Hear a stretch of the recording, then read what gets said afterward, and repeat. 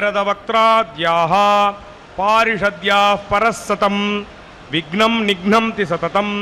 విశ్వక్సేనం తమాశ్రయే. అందరూ వారి వారి గోత్రములు, నక్షత్రము, నామధేయము మనసులో ఒకసారి సంకల్పించండి. எல்லாரும் அவளுடைய கோத்திரம், நாமதேய நட்சத்திரம், குடும்பத்தில் எல்லாருடைய பேரும் நாமதேய நட்சத்திரம் மனசில் ஒரு வாட்டி சங்கல்பம் பண்ணுங்கோ. சர்வேஷாம் பக்தஜனானாம் க்ஷேமஸ்தைரிய விஜயவீரிய அபய ஆயுராரோக்கிய ஐஸ்வர்ய அபிவிருத்தியர்த்தம் தர்மார்த்த காமியமோக்ஷ चतुर्विध फलपुरुषार्थ सिद्ध्यर्थम आरोग्य दृढ़गात्र वज्रशरीराभिवृद्ध्यर्थम मनोवांचता फलसिद्ध्यर्थम लोकक्षेमाभिवृद्ध्यर्थम श्री पद्मावती श्रीनिवास कृपाकटाक्षसिद्ध्यर्थम तिरुकल्याण महोत्सवम आचार्यमुखेन अद्य करिष्ये. सर्वं श्री वेंकटेशार्पणमस्तु. गोविंदा गो.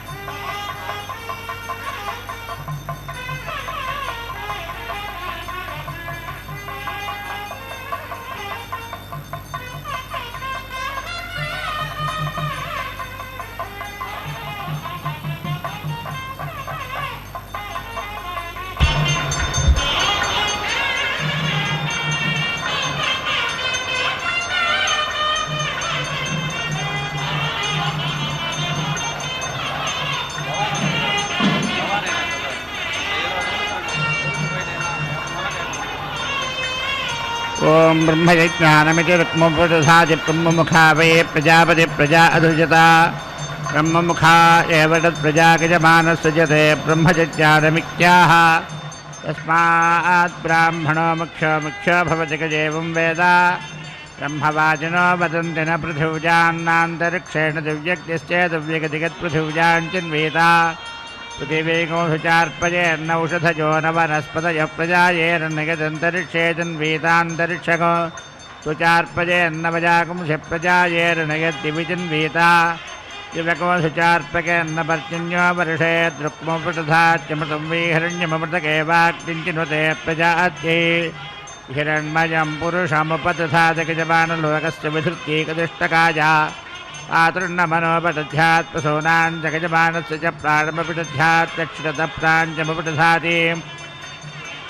दाधारगजमानलोकन्नपशूनां जगजमानस्य च प्राणमपिदधात्यथो खल्विष्टकाया आतृण्णमनोपदधाति प्राणानामुत्सृष्टिद्रप्स्यश्च स्कन्देत्यभिभजति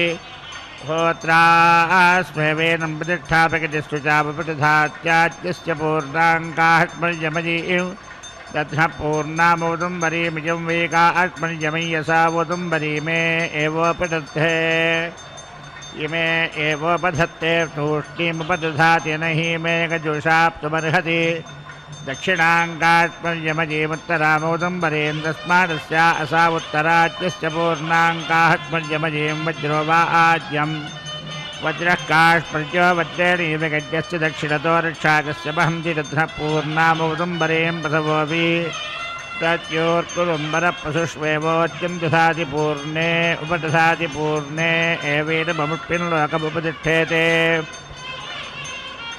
विराज्यश्चेदव्यगित्याहस्तुत्वे विराज्यत्सुचावपदधाति विराज्येवाक्तिञ्चिनुते गज्यमुखे वै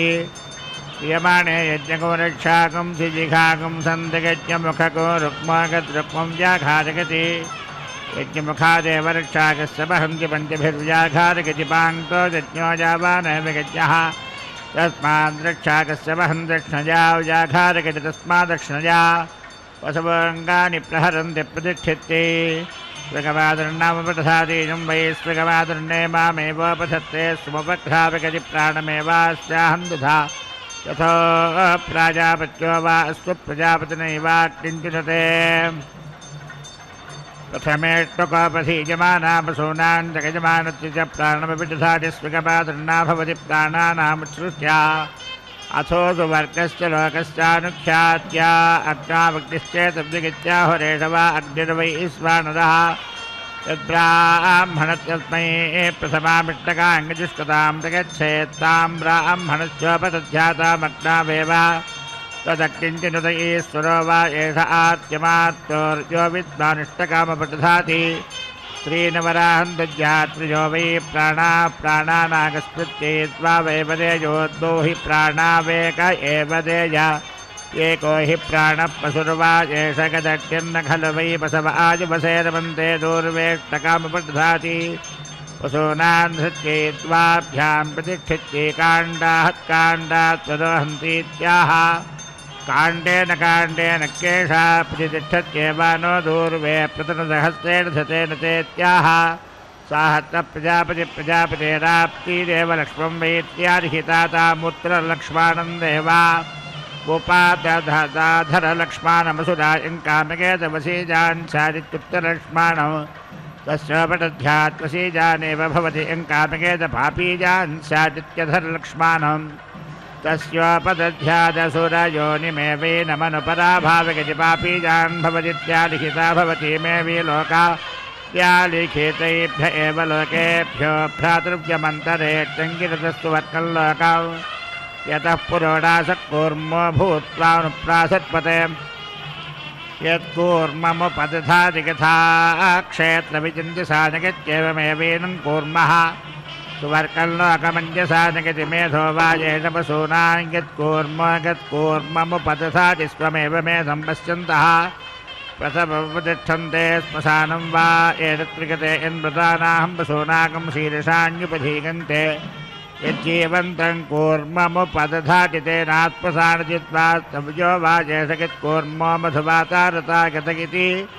तद्धामसि विश्रेणाभ्यनक्तिस्वदगत्येवेनं ग्राहम्यं वा एतदन्नङ्गद्दध्यारण्यं माधो यद्दध्नामधविश्रेणाभ्यनक्यभगस्यावरुद्धीमहीज्ञौ पृथिवीतनगित्याहाभ्यामेवेनमुभयत परिगृह्णादिप्राञ्चमुपटधारति वर्गस्थलोकच्च समष्टि पुरस्तात् प्रत्यञ्चमुपटधारति तस्मात् पुरस्तात् प्रत्यञ्च प्रसवो मे समुपतिष्ठन्ते यो वा अपनाभिमग्निञ्चिनुते गजमानस्य नाभिमनुप्रविशति सकेन मेश्वरो हि गुंसितोरुलोखलमुपदधात्येषा वा अक्तेन्नाभिस्तनाभिमेवाग्निञ्चिनुते हि गुंसाया औदम्बरं भवच्चोर्क्वा उदम्बरपूर्जमेवावरुन्धे मध्यत उपदधाति मध्यतकेवास्मा ऊर्जं दधाति तस्मान्मध्यत ऊर्जा भुञ्जत इयद्भवति प्रजापतिनागिज्यमुखेन संमितमवहञ्चन्नमेवाकर्वैष्णवृत्योपदधाति विष्णुर्वैगज्ञो वैष्णवावनत्पदयो यज्ञ एव गज्ञं प्रतिष्ठापयति येषां वा एतल्लोकानां ज्योतिस्संहृतं यदुखामुपदधात्येभ्य एव लोकेभ्यो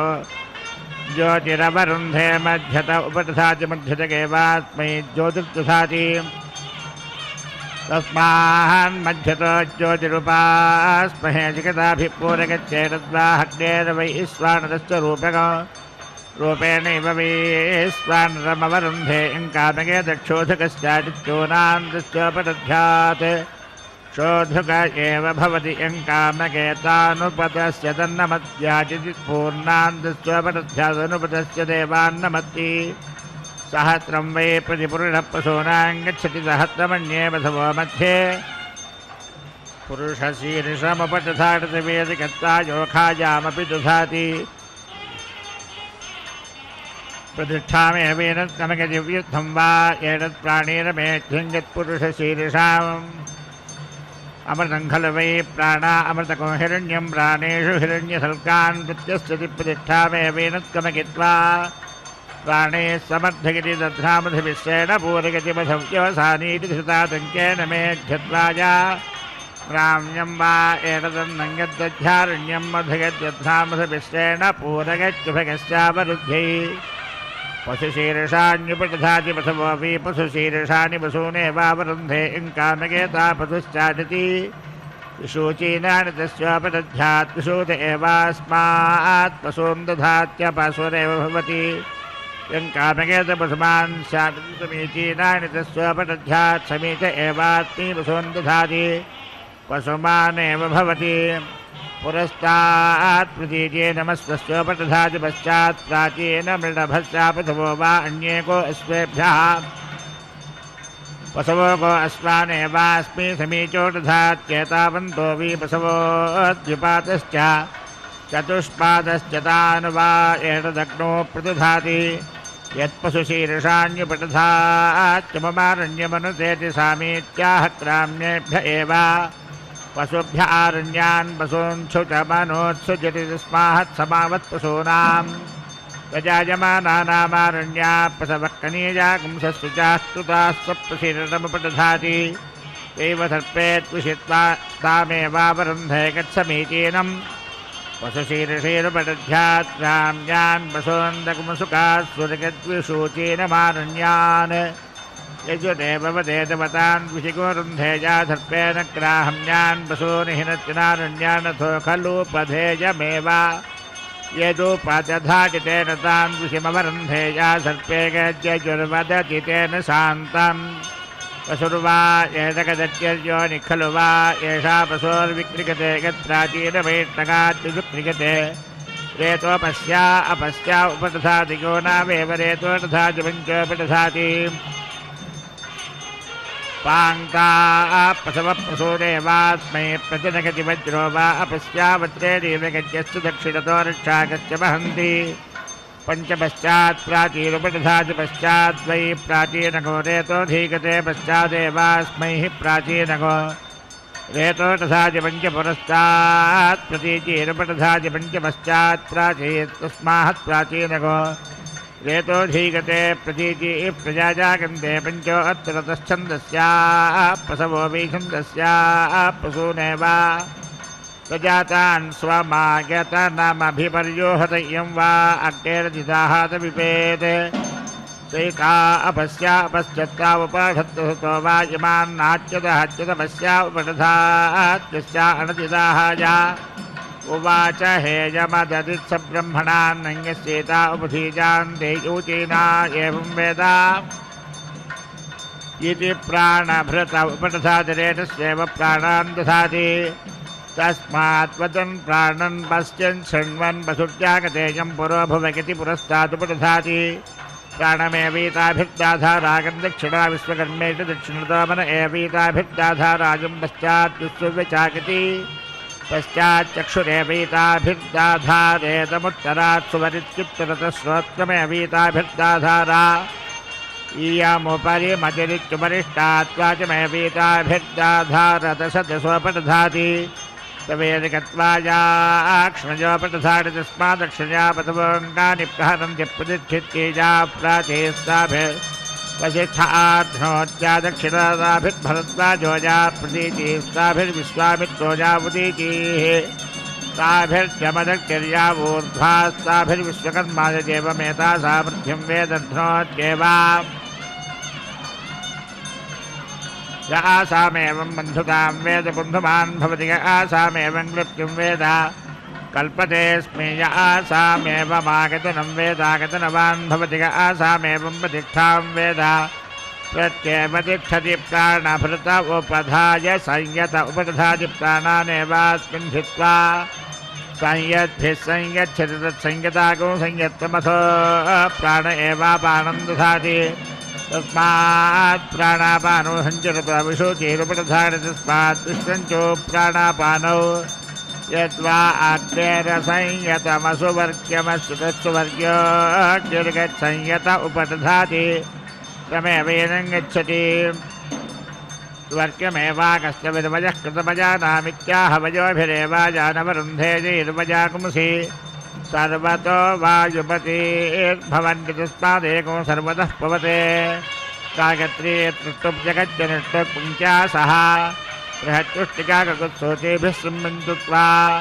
विपदाया च दुष्पदा त्रिपदाया च षट्पदा छन्दाया च विच्छन्दा शोचेभिः सम्बन्धुत्वा महानां नीरेवतजो विश्वा आसा प्रसोपरीः मेघ्या विद्युतो वाच शोचेभिः सम्बन्धुत्वा रजता हरिणीस्ये सागजो युज्यन्ते कर्मभिः अस्वस्य वाचिनस्मृति शोचेभिः सम्बन्धुत्वा नारीस्ते पत्रजो लोभविचिन्वन्तु मनीषया देवानां पत्नीर्दिशः शोचेभिः सम्बन्धुत्वा कुविदङ्गयवमन्तो यवञ्चित्यथा दाञ्चनुपूर्वं वियूया यहेषां कृणुत भोजनानि ये बर्हिषो नमो वृत्तिं न जग्मुः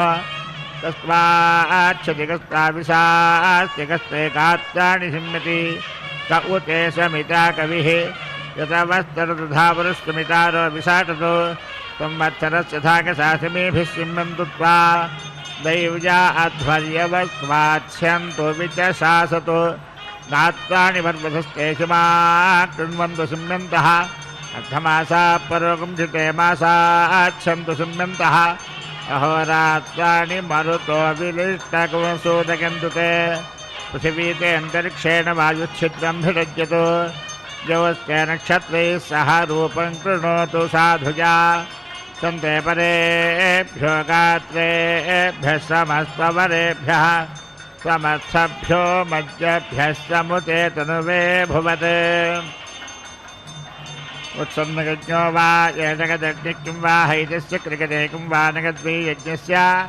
क्रियमाणस्यान्तरिगन्ति पुयगति वा अस्य तदा अस्त्रीरपदधात्यस्य रोवी देवानां भिडदूताभ्यामेवास्मि भेदजं करोति पञ्चोपदधातिपाङ्क्तो यज्ञो जावानेव गच्छत्तस्मै भेदजं करोति ऋतौजा उपदधा ऋतूनां कृप्तिः पञ्चोपदधाति पञ्चवारतवो जावन्त एवर्तवस्तान् कल्पयति समानप्रभृतयो भवन्ति समानोदर्का तस्मात् समानारतव एकेन पदेन व्यावर्तन्ते तस्मादर्थवो व्यावर्तन्ते प्राणभृतमुपदधात् विदुष्वेव प्राणान् दधाति तस्मात् समानास्तान्तरतवोरति इत्यन्तथो प्रतिनिगत्य वीणानेरवि वाजुनिगत्प्राणो यदृतौजा उपधाय प्राणभृत उपदधाति तस्मात् सर्वान् ऋतूननुवायुरावरीवर्ति वृष्टिसनिरुपदधाति वृष्टिमेवावरुन्धे गते कथोपदध्यादेकप्रतुम्बरिषेदनपरिहारकुमसाधगति तस्मात् सर्वान् ऋतूनवर्षति गत्प्राणभृत उपधाय वृष्टिसनिरुपदधाति तस्मात् वायुप्रच्युतादिवो वृष्टितीर्थे बसवो वीवकस्य नानामनदखलवीवसवो नानावृतास्ते प एवाभितमनसः यङ्कामकेता पुटश्चादिविकस्य अत्स्वपधाजापस्या उपदध्यानसंहं ज्ञानमेवास्मि पशुभिः करोत्यपशुरे भवति यङ्कामकेतपशुमान् चादित्यपस्या अत्स्वपधाजविकस्य उपदध्यात् सां ज्ञानमेवास्मि पशुभिः करोति पशुमानेव भवति चतस्र पुरस्तादुपटधानि तस्माः चत्वारि चक्षुषो रूपाणि द्वे शुक्ले द्वे कृष्णे मूर्धन्वती भवन्ति तस्मात् पुरस्तान्मूर्धा पञ्चदक्षिणा जागस्तोऽन्यामुपदधाति पञ्चोत्तरस्यान् तस्मात् पश्चात् ऋषीजान् पुरस्तात् प्रवणः पशुः वस्तो वजगिति दक्षिणे गुंस उपदधाति वृष्टिर्वज इत्युत्तरे गुंसावेव प्रतिदधाति व्याघ्रो वजगिति दक्षिणे पक्ष उपदधाति जिगुंहो वज इत्युत्तरे पक्षयोरेव वीर्यं दधाति पुरुषो वजगिति मध्ये तस्मात् पुरुषः पशूनामधिपतिः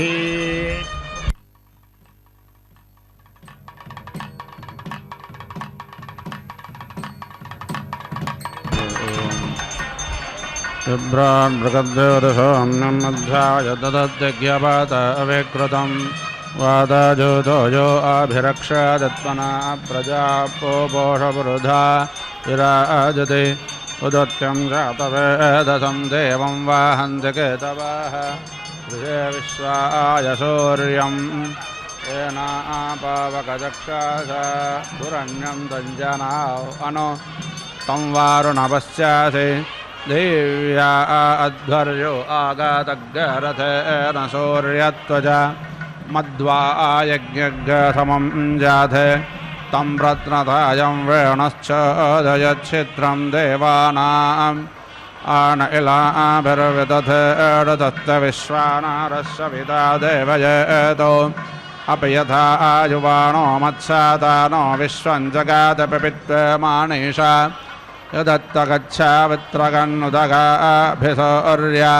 सर्वं तजेन्द्रदेवते तरणर्विश्वधर्ततो ज्योतिष्कृतादिसौर्य विश्वमाभासिरोचनं तत्सौर्यस्य देवत्वं तन्माहित्वं मद्यागत्तोर्वितातग्गसञ्जाभार यदेदयुक्तहरितः सदस्तादाद्रात्रीवासस्तनुते सिमस्मै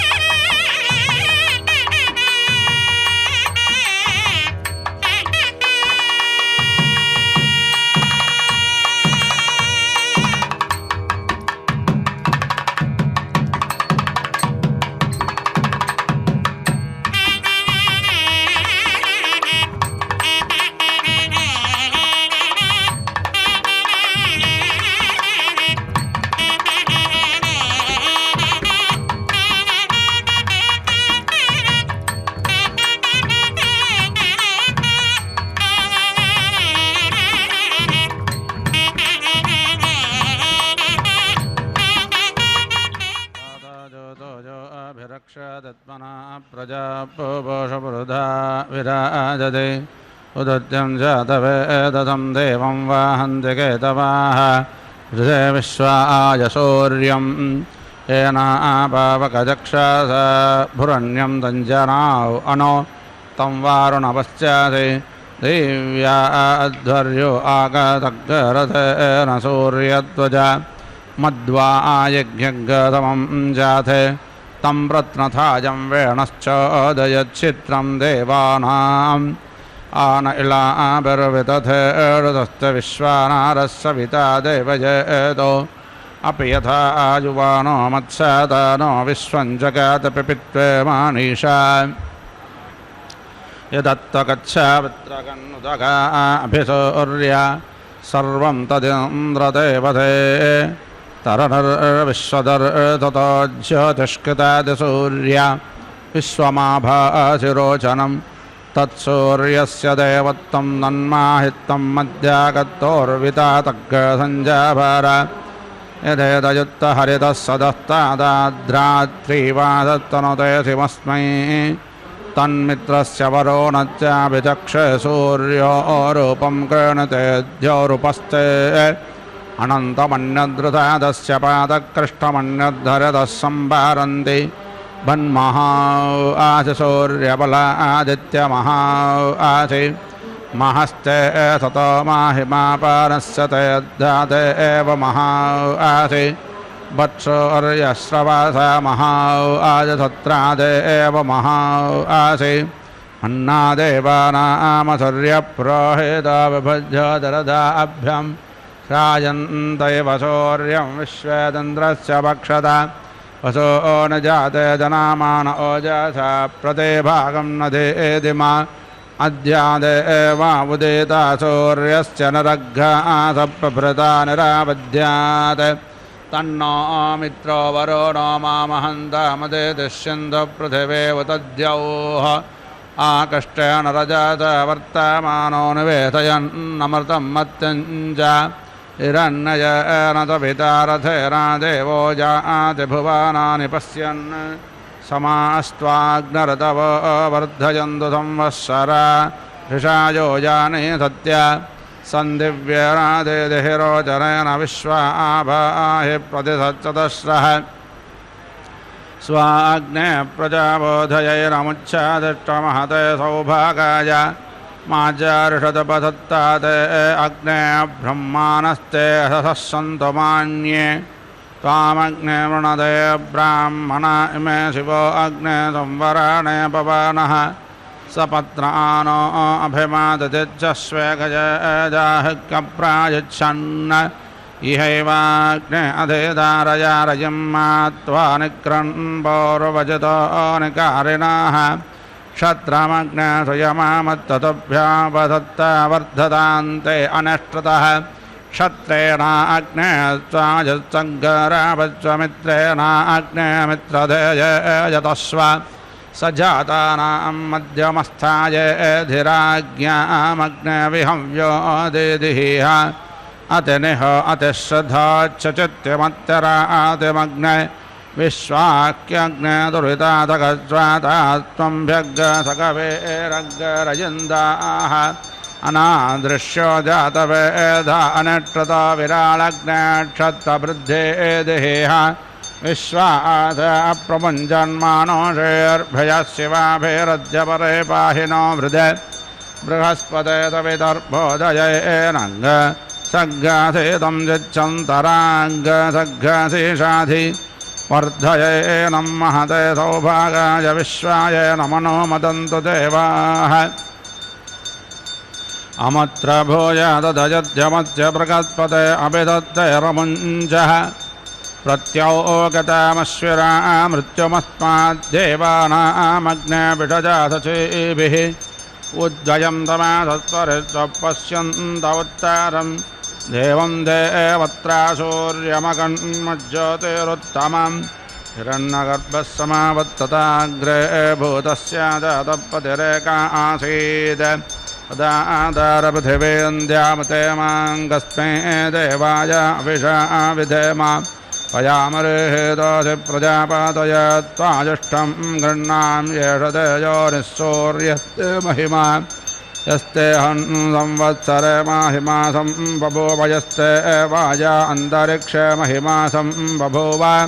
यस्ते दिवि सूर्ये महिमासं बभूव तस्मै ते महिम्ने प्रजापातये स्वाहा देवेभ्यः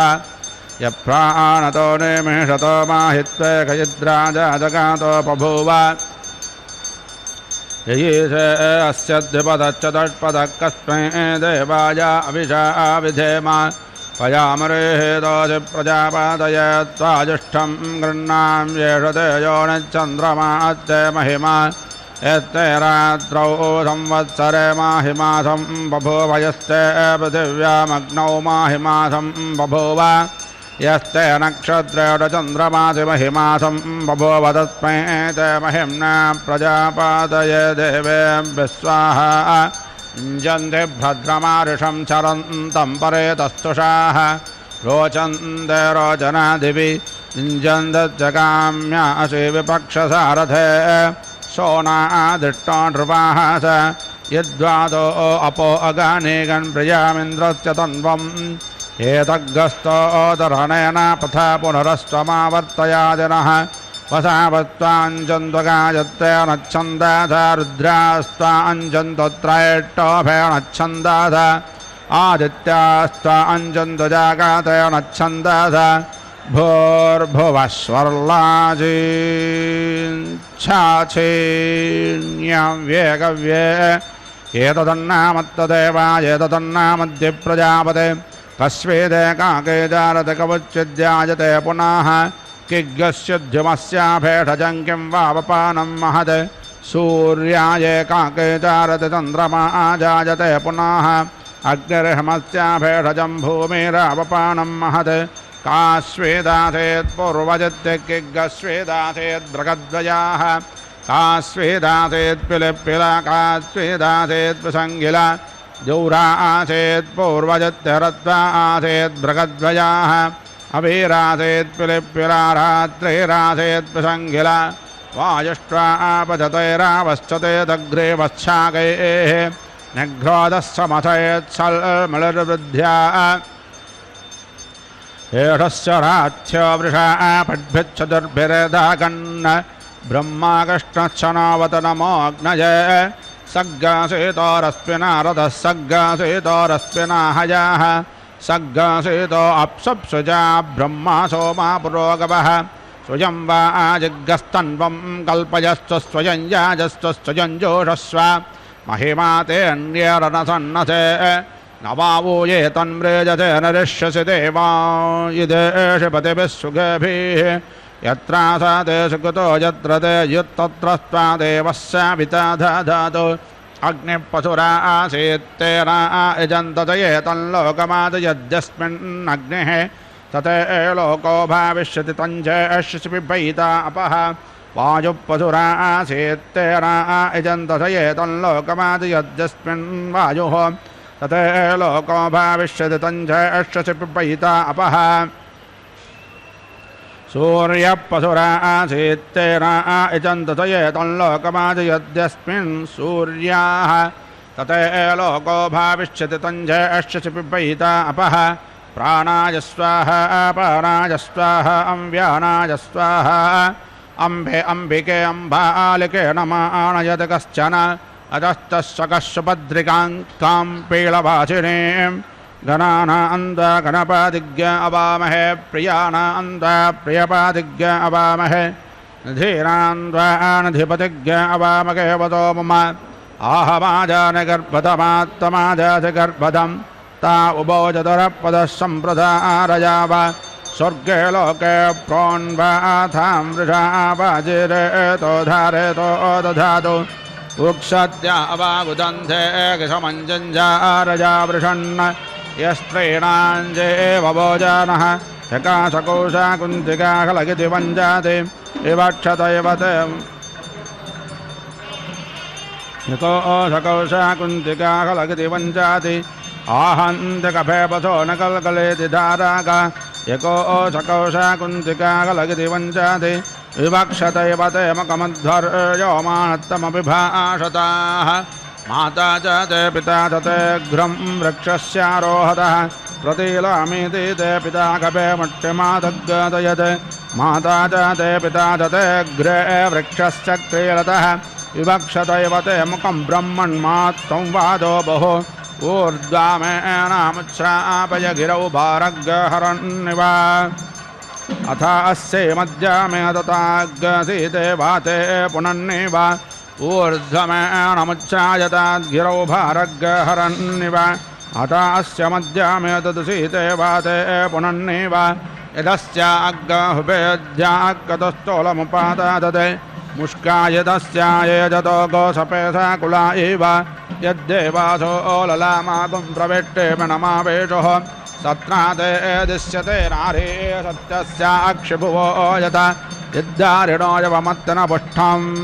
पशुमन्याते शूद्रायदर्याजारानपोषायतनायति यद्दारिणो यवमत्तनपुष्ठं बहुमन्याते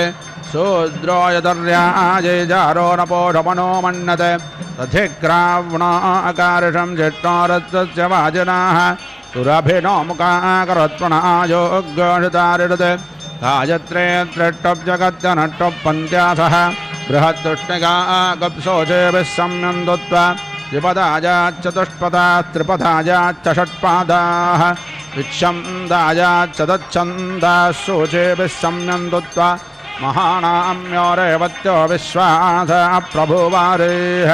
नैगैर्विद्युतो वादः शोचेभिः सम्यन्दुत्वा नार्यस्ते पत्योलोमविजन्वन्तमनेशया देवानां पत्योदशः शोचेभिः सम्यन्दुत्वा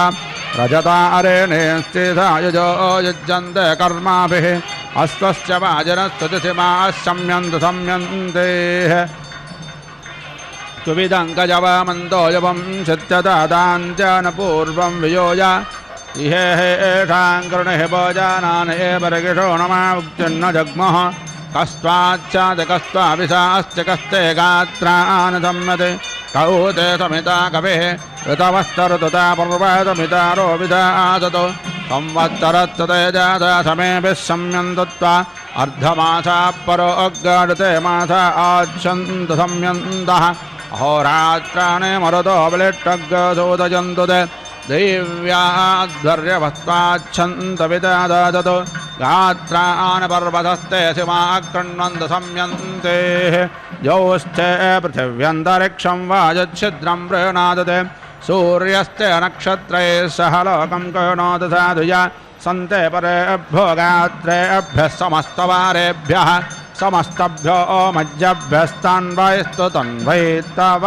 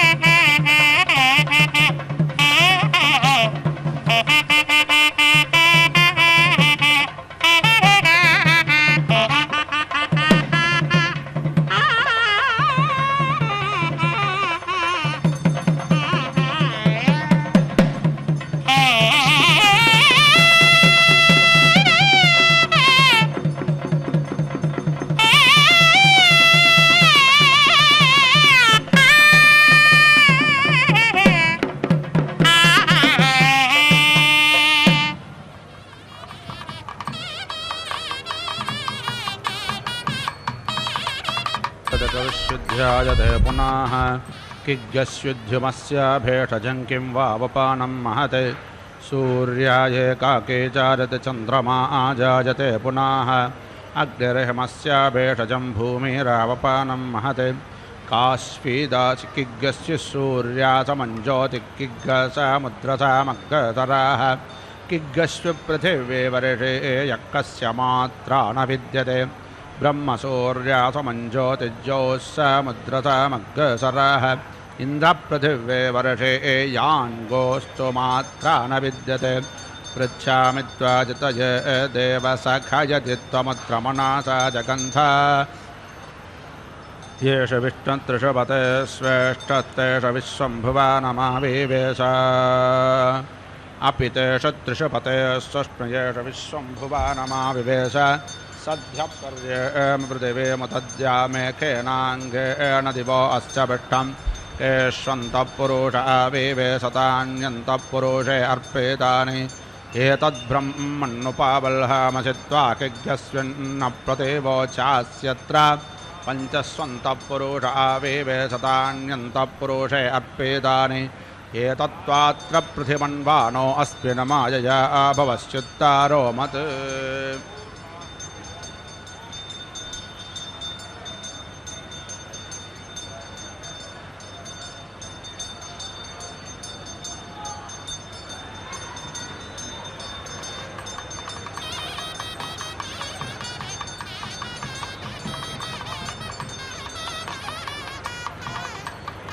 ॐ भूर्णाहुतिमुत्तमाञ्जुहोति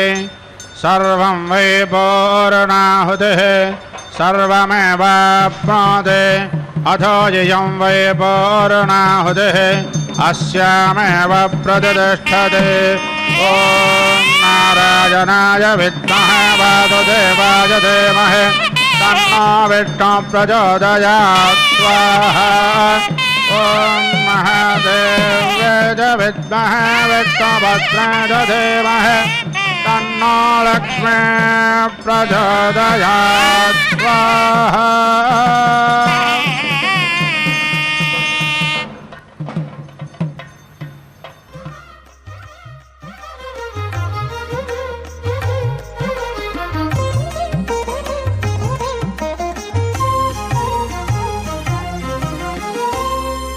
కల నవ్వు తోడ కలికి చూపుల తోడ కల నవ్వు తోడ కలికి చూపుల తోడ అలబలములు చేసి అలమేలు మంగ కల నవ్వు తోడ కలికి చూపుల తోడ అలబలములు చేసి అలమేలు మంగ కల నవ్వు తోడ కలికి చూపుల తోడ అలబలములు చేసి అలమేలు మంగా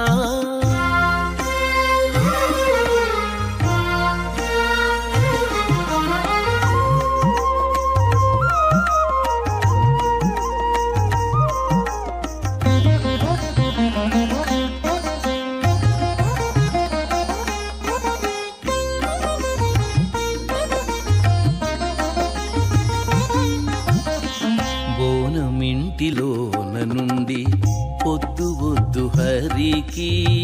సేనగా వింత చవులు సేయించి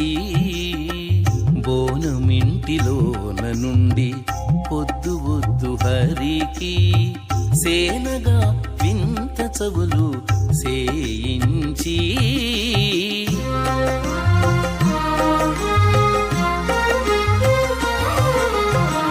తానే వడ్డించేనంట తగకీలు గంటు తోడ ఆని పట్టి కాచుకున్నది అలమేలు మంగ తానే వడ్డించేనంట తగకీలు గంటు తోడ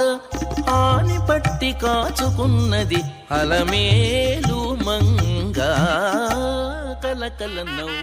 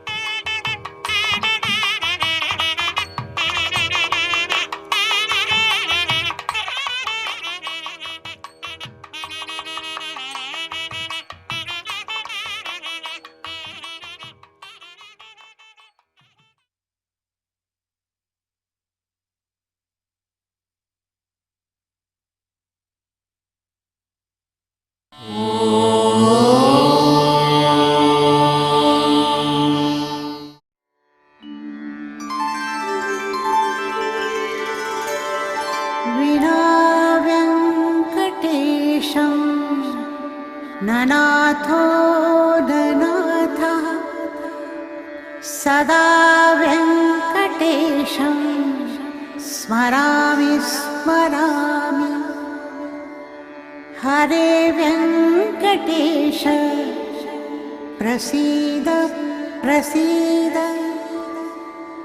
प्रियं वेङ्कटेश प्रयच्छ प्रयच्छ।